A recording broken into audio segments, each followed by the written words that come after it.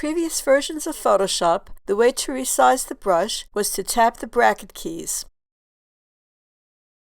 The left one made the brush more narrow,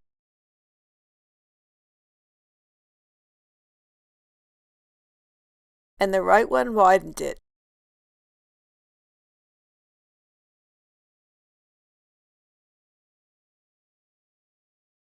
Though you can still use the bracket keys, in more recent versions of Photoshop, they added the shortcut keys Ctrl+Option on Mac and Alt+right-click on Windows, and click and drag in the image to resize the brush. When you have the size you want, let go and paint. I find it's much smoother to do it this way, plus it shows you how wide the brush will be when you paint.